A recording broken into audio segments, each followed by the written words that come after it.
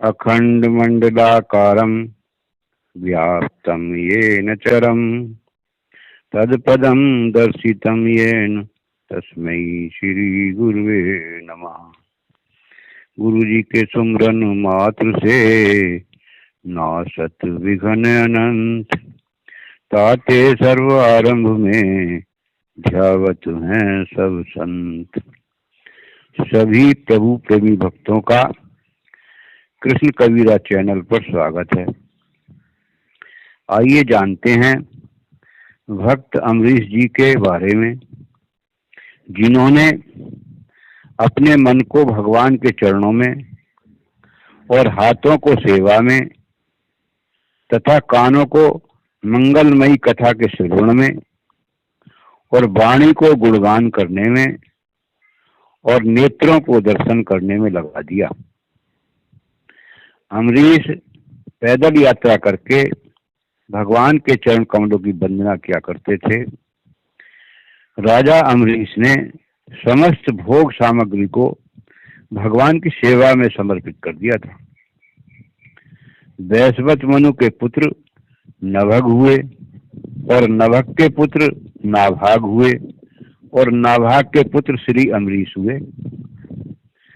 अम्बरीश जी की भक्ति की परीक्षा लेने के लिए दुर्वासा जी आए।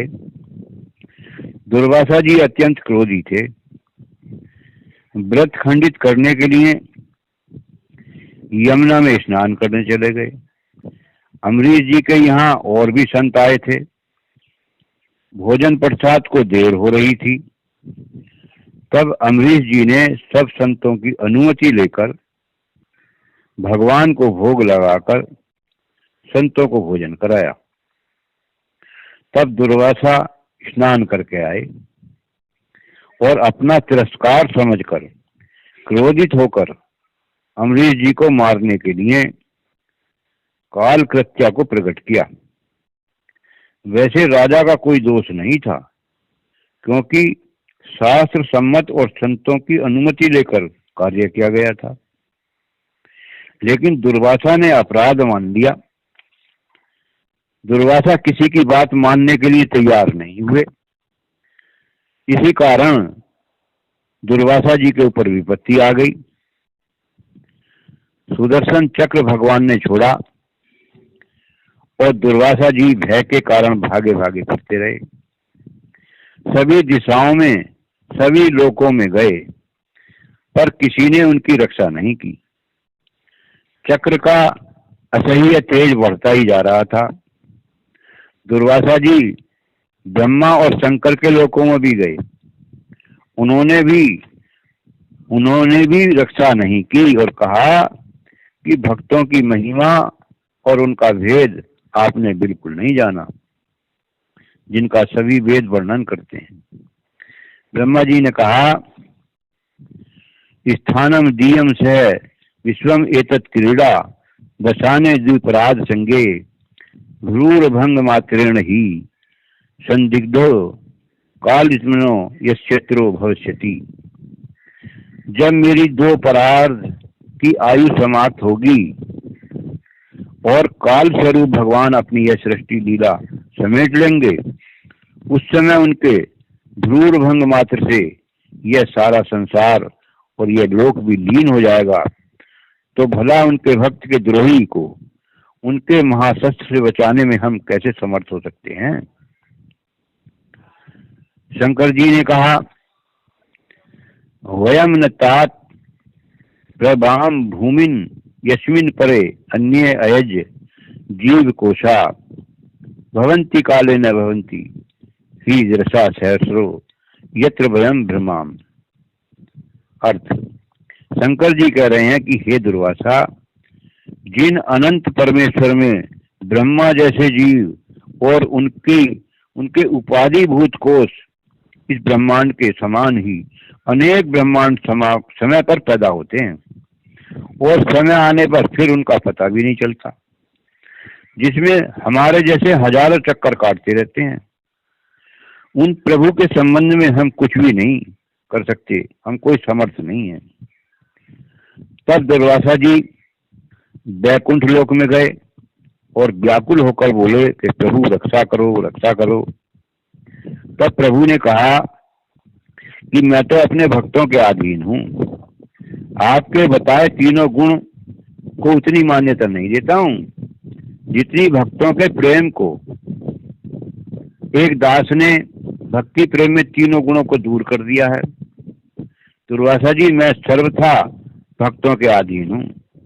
मेरे सीधे साधे भक्तों ने मेरे हृदय को अपने हाथ में ले रखा है। भगवान कह रहे हैं,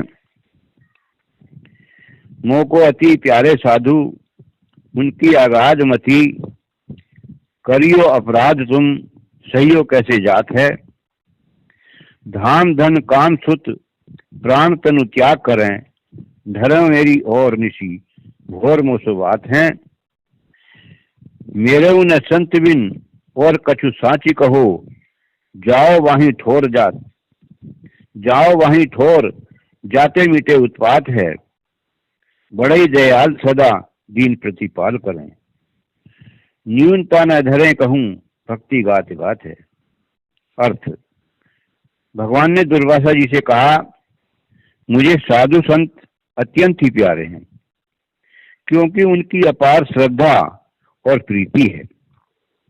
तुमने उन्हीं भक्तों का अपराध किया है, यह मुझसे कैसे सहा जा सकता है।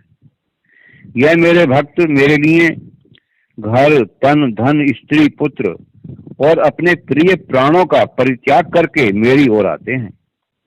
दिन रात मुझसे ही बातें करते हैं, दूसरे से उन्हें कोई प्रयोजन ही नहीं है। मैं सत्य कहता हूं कि मेरे भी उन संतों के पालन के लिए और सिवा कोई कार्य नहीं है। इसलिए अब तुम अम्बरीश की शरण में जाओ, तब यह तुम्हारा दुख मिटेगा। वे मेरे भक्त बड़े ही दयालु हैं, उनके अंग प्रत्यंग में मेरी भक्ति भरी है। तुम निसंकोच उनकी शरण में जाओ। भगवान ने कहा, जो मेरे भक्तों का अपराध करता है मैं उसकी रक्षा नहीं कर सकता, लेकिन जो मेरे सम्मुख आ जाता है तो उस अपराध को दूर करने का उपाय अवश्य बता देता हूँ। जिसका अपराध करे उसी की शरण में जाने पर दुख दूर हो सकता है, और कोई दूसरा उपाय नहीं है। भगवान के ऐसे वचन सुनकर दुर्वासा जी वहां से निराश होकर तथा अभिमान को त्याग कर राजा अम्बरीश के पास आए। उनके चरण पकड़कर क्षमा मांगी। राजा अम्बरीश ने लज्जित होकर अति कोमल वचनों से ऋषि का सम्मान और फिर चक्र सुदर्शन की ओर हाथ जोड़कर प्रार्थना की कि हे चक्र सुदर्शन, आप इस ब्राह्मण का दुख दूर करें। राजा की प्रार्थना सुनकर चक्र सुदर्शन भगवान के मन में दया आ गई और उन्होंने अपना सब तेज छिपा दिया। तब दुर्वासा जी कहते हैं कि आज मैंने भगवान के प्रेमी भक्तों का महत्व देखा।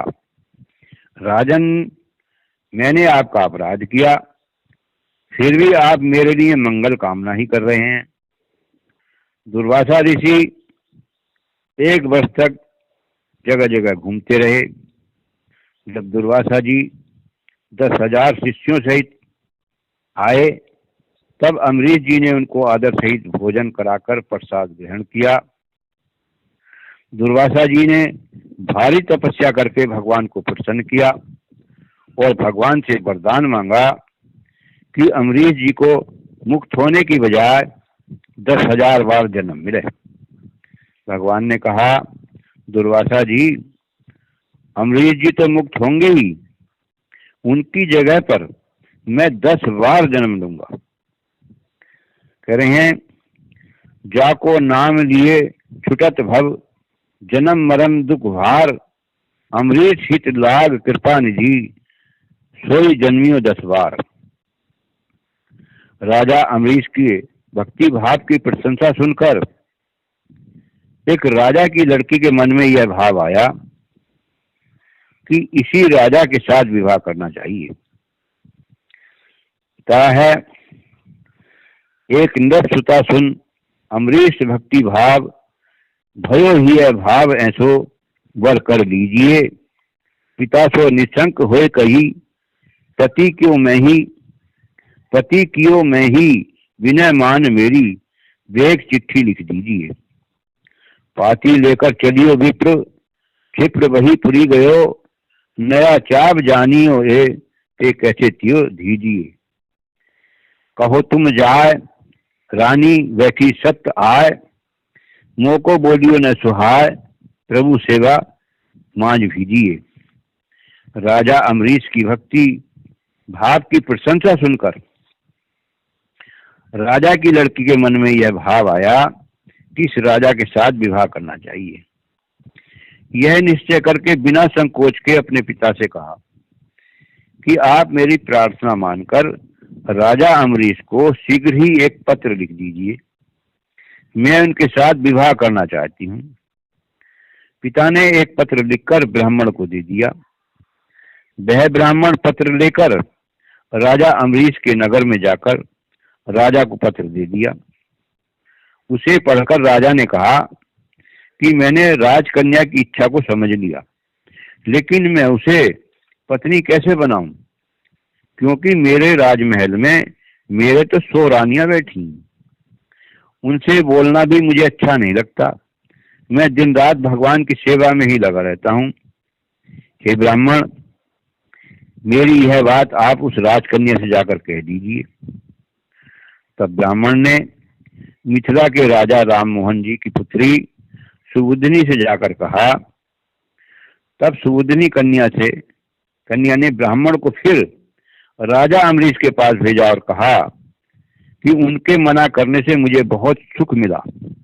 मैं जान गई कि वे परम विरक्त और धर्मज्ञ हैं। उनकी भक्ति ने ही मेरे मन को मोहित कर दिया है।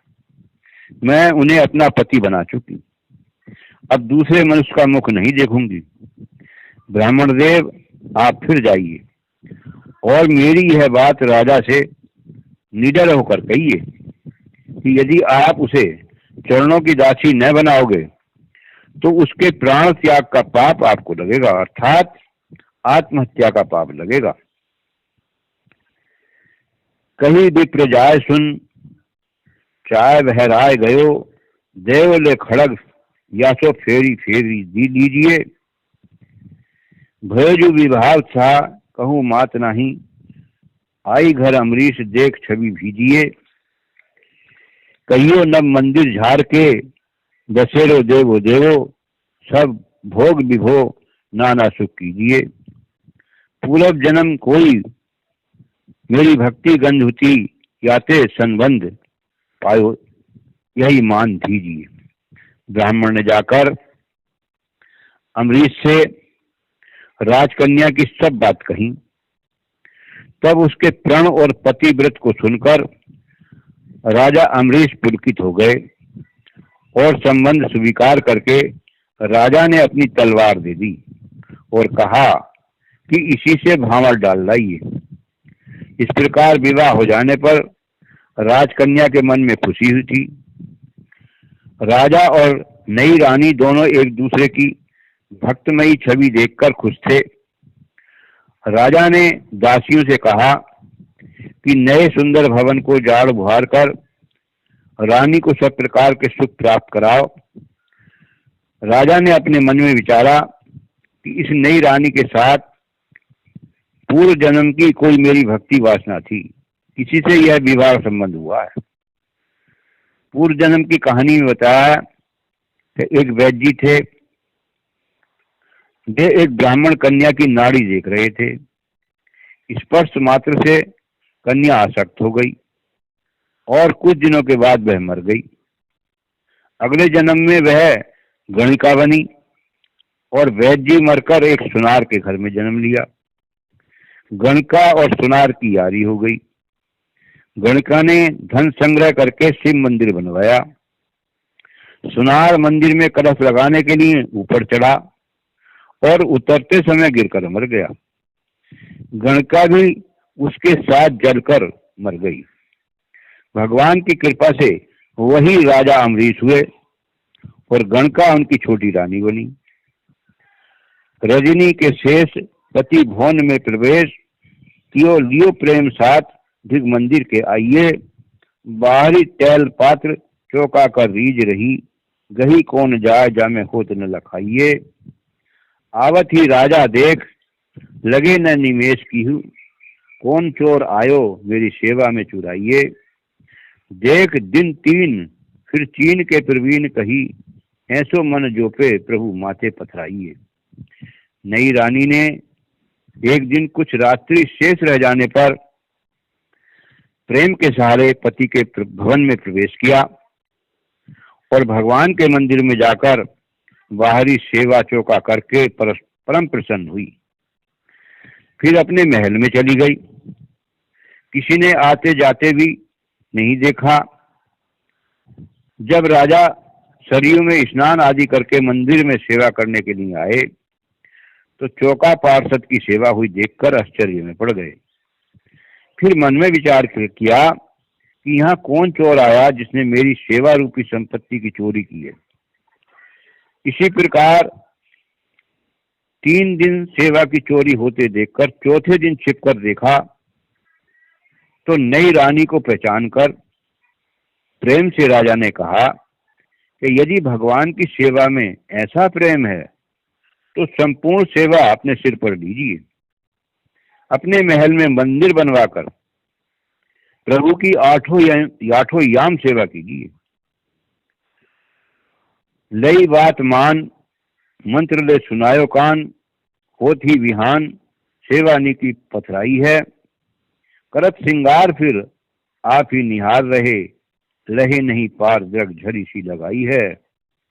भई बड़वार राग भोग सो अपार भाव, भक्ति विस्तार रीति पूरी सब छाई है।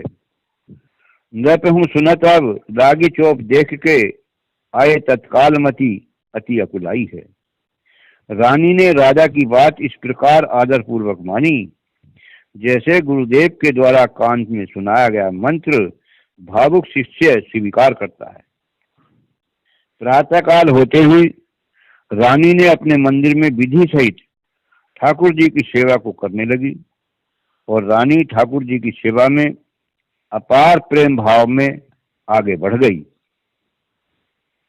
राजा अम्बरीश ने बड़ी भारी प्रशंसा सुनकर उसी समय शीघ्र रानी के मंदिर में आए और मन में विचार किया कि मेरा पता रानी को न लगे और उनके कीर्तन में बाधा भी ना पड़े तथा मैं उनको छिप कर देखूं।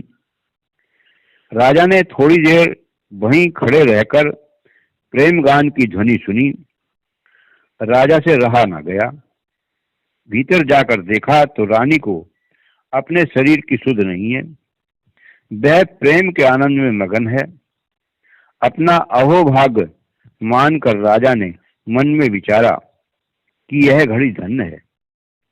तब रानी अपने भक्त राजा गुरु और हरि को आया देखकर खड़ी हो गई। रानी ने राजा में गुरु और गोविंद का भाव मानकर स्वागत किया। वैसे ही बजाओ बीन ताननी नवीन लेके, वैसे ही बजाओ बीन ताननी नवीन लेके, झीन सुर कान परे जात मती खोइए। जैसे रंग भीज रही कहीं सो न जात भोपे, ऐपे मन नैन चैन कैसे कर गोइए। करके अल्पचारी करके अलापचारी फेर के सभारी तान, करके अलापचारी फेर के सभारी तान, आए गयो ध्यान रूप ताही माज भोइए। प्रीति रस रूप भई रात सब बीत गई, नई कछु रीत हो जामे नहीं सोइए। रंग को भंग होते देखकर राजा ने कहा, तुम जिस प्रकार नई विचित्र तानों को लेकर बीड़ा बजा रही थी उसी प्रकार बजाओ। यह सुनकर रानी ने फिर बीड़ा संभाली और स्वरों को साध कर गाना आरंभ किया। हृदय में प्रेम रस रूपी भक्ति भर गई। अहो प्रीति की रीति बड़ी विचित्र है। इसमें तमोगुणी निद्रा का अभाव है, यहाँ तो प्रेम समाधि है। बात सुन रानी और राजा गए नई ठोर, भई सिर मोर अब कौन बाकी सर है। हमहु ले सेवा करें, पति मति वश करें, धरे नित्य ध्यान, विषय बुद्धि राग धर है। सुन के प्रसन्न भये अति, अम्बरीश इस लागी चौप, फैल गई भक्ति घर घर है। बढ़े दिन दिन चाव, ऐसो ही प्रभाव कोई, पलटे स्वभाव होत, आनंद को हर है। अर्थ, दूसरी रानियों ने जब यह बात सुनी कि राजा नई रानी के मंदिर में गए और भगवत गान सुनते सुनते उन्होंने सारी रात वहां बिताई, वे आपस में कहने लगी कि अब तो नई रानी हम सबों में श्रेष्ठ हो गई, उसके समान राजा की कृपा पात्र रानी कोई नहीं है। फिर सबने यह निश्चय किया कि हम लोग भी सभी संसारी विषयों से मन को दूर हटाकर क्यों ना भगवान की सेवा में लगे, नित्य प्रेम से उनका ध्यान करें। इस प्रकार अपनी भक्ति से भक्तराज अपने पति के मन को हम भी अपने वश में करें और उनकी कृपा प्राप्त करें। आपने इन विचारों के अनुसार सभी रानियां तन मन धन से भगवान की सेवा करने लगी। यह देखकर राजा अम्बरीश अति प्रसन्न हुए और उनके मंदिरों में जा जाकर उनके प्रेम का दर्शन करने लगे। इससे प्रभावित होकर राज्य की समस्त प्रजा भी अपने अपने घरों में भगवान की पूजा सेवा करने लगी। इस प्रकार घर घर में भक्ति फैल गई। यह भक्ति की रुचि दिन दिन बढ़ती ही जाती थी। जैसे एक प्रेमवती रानी के प्रभाव से भक्ति का विस्तार हुआ, इसी प्रकार जब किसी भक्त का प्रभाव होता है तब लोगों का विषयी स्वभाव बदल जाता है और लोग प्रेम के आनंद से परिपूर्ण हो जाते हैं। सभी भगवत प्रेमी विचार करें, धर्म पर चलें, धर्म का सहयोग करें और भक्ति का विस्तार करें। धन्यवाद। सत साहिब।